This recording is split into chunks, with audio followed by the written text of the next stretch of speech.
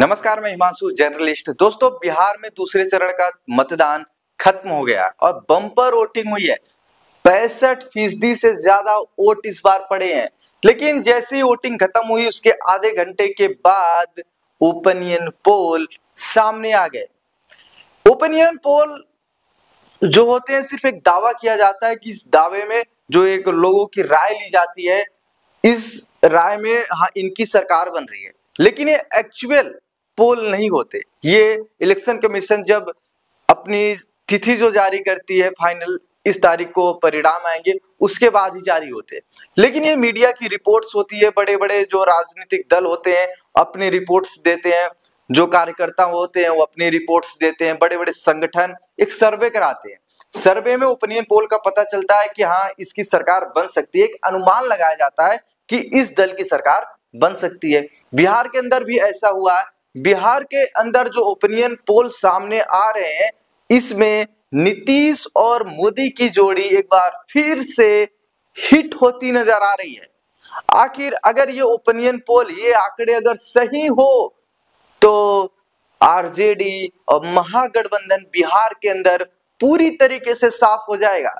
जिस हिसाब से चाहे पोल स्ट्रेट के एग्जिट पोल देखा जाए, चाणक्य के देखे जाए या किसी का भी एग्जिट पोल देखा जाए, तो उसमें एनडीए को पूर्ण बहुमत मिलता हुआ नजर आएगा। लेकिन इस पे किसी भी दल को खुश होने की जरूरत नहीं है और किसी भी दल को दुखी होने की जरूरत नहीं है, क्योंकि हरियाणा का चुनाव इसका उदाहरण है, झारखंड का चुनाव इसका उदाहरण है, छत्तीसगढ़ का चुनाव इसका उदाहरण है, मध्य प्रदेश का चुनाव इसका उदाहरण है कि एग्जिट पोल गलत साबित हुए।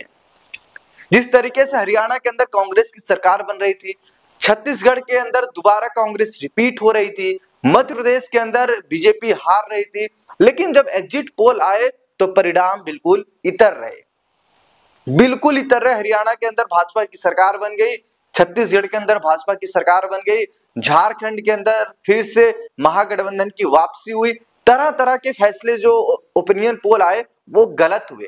लेकिन अब आपको हम बताने जा रहे हैं कि जो हमारे देश की टॉप मोस्ट एजेंसीज हैं जो चुनाव में एग्जिट पोल सामने लाती हैं, उनका आंकड़ा क्या है, आइए हम जानते हैं। बिहार विधानसभा चुनाव को लेकर पोल स्ट्रेट के एग्जिट पोल में एनडीए सरकार को 133 से 148 सीटें मिलने का अनुमान बताया जा रहा है।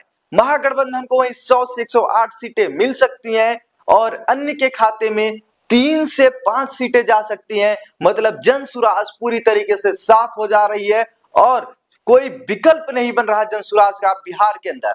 अब दूसरी तरफ हम बात कर लेते हैं पीपुल पल्स का जो एग्जिट पोल आया है, इसमें एनडीए को बढ़त दिखाया जा रहा है कि एनडीए को 133 से 159 सीटें मिलने का अनुमान है।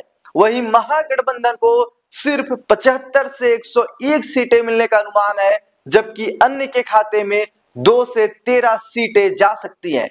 और फिर वहीं अगर हम पीपल्स इनसाइड के एग्जिट पोल का देखें तो इसमें भी एनडीए की सरकार बन रही है।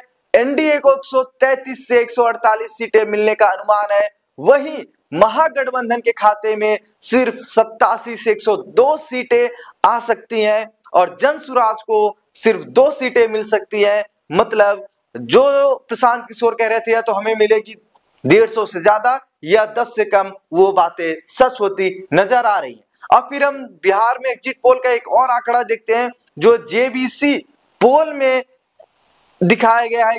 इसमें भी एनडीए को बम्पर बढ़त हासिल हुई है। इसमें एनडीए को 135 से 150 सीटें मिलने का अनुमान है, जबकि महागठबंधन को 88 से 103 सीटें मिलती दिख रही हैं। वहीं अन्य के खाते में सिर्फ 3 से 6 सीटें जाने का अनुमान है। देखिए बिहार के अंदर जो एग्जिट पोल है, एग्जिट पोल के रुझानों में भाजपा की सरकार बनती हुई नजर आ रही है, मतलब एनडीए की सरकार बनते हुए नजर आ रही है। आईएनएस का जो एग्जिट पोल सामने आया है, इसमें एनडीए को 48% और महागठबंधन को 37% तथा अन्य के खाते में 15% वोट जाते दिख रहे हैं। एनडीए को जबरदस्त फायदा हुआ है। एनडीए को 147 से 167 सीटें मिलनी है और वहीं महागठबंधन को 70 से 90 सीटें मिलने का अनुमान है। मतलब हम साफ साफ कह सकते हैं कि नीतीश कुमार के खिलाफ विपक्ष का कोई भी खेल काम नहीं आया, चाहे एसआईआर के मुद्दे पर, वोट चोरी के मुद्दे पर बिहार की सरकार को घेरना हो, या अभी मोकामा के अंदर जो हत्याकांड हुआ इस पे घेरना हो, या बिहार के अंदर 20 सालों से चली आ रही नीतीश कुमार सरकार के खिलाफ एंटी इनकम्बेंसी भी काम नहीं आई है, मतलब सत्ता विरोधी लहर भी नहीं बन पा रही है। इसके पीछे का जो सबसे बड़ा कारण बताया जा रहा है कि महिलाओं का खुलकर नीतीश कुमार का सपोर्ट करना, और महिलाओं ने जिस हिसाब से शराबबंदी के मुद्दे पर नीतीश का समर्थन पिछले 20 सालों से करती चली आ रही है, इसको देखते हुए अनुमान लगाया जा रहा था कि महिलाएं एनडीए की सरकार को बनाएंगी। और रुझानों में यही दिख रहा है कि बिहार के अंदर एक बार फिर से एनडीए की एक प्रचंड लहर आ रही है,